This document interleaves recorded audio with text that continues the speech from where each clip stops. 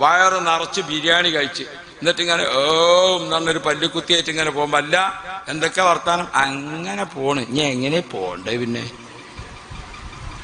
ഒരു അൽഹംദുലില്ലാ പറയുന്നിടത്തേക്ക് നമ്മൾ എത്തിയുന്നില്ല. എങ്ങനെ പോണ്? ഇനിയിപ്പൊ എങ്ങനെയാ എനിക്ക് പോണ്ടത്? പിന്നെ അപ്പൊ ഇപ്പൊ പിന്നെ ഗൾഫ് കുട്ടികളൊക്കെ അൽഹംദുലില്ലാ പ്രവാസികളെ കൊണ്ട് ഒട്ടേറെ നേട്ടം നമ്മളെ നാട്ടിലുണ്ട്. അതിൽപ്പെട്ട ഒരു നേട്ടമാണ് നമ്മൾ അൽഹംദുലില്ലാ പറയാൻ തുടങ്ങിയെന്നുള്ളത്. ഓൽക്ക് എവിടുന്ന് കിട്ടിയത്? ഓൽക്ക് അറബികളിൽ നിന്ന് കിട്ടിയത്. അറബികൾ അൽഹംദുലില്ലാ നിറഞ്ഞു പറയും. ഞാനൊരിക്കൽ ദുബായിൽ ഇങ്ങനെ യാത്ര ചെയ്യുമ്പോൾ എനിക്ക് പരിചയമുള്ള ഒരു അറബി സഹോദരൻ, ഖാലിദ് എന്ന അദ്ദേഹത്തിന്റെ പേര്, വണ്ടി ആക്സിഡന്റ് ആയിട്ട് അദ്ദേഹം റോട്ടിൽ നിൽക്കുന്നുണ്ട്. റോഡിന്റെ ഒരു സൈഡിൽ വണ്ടി നിർത്തിയിട്ട് പോലീസിനെ വിളിച്ച് കാത്തു നിൽക്കുക. അപ്പൊ അയാളെ ഈ നീളക്കുപ്പായത്തിൽ ഒന്നായിട്ട് ചോരങ്ങനെ ഒളിച്ചിട്ട് ഞാൻ വണ്ടി നിർത്തി ഓടിച്ചെന്ന്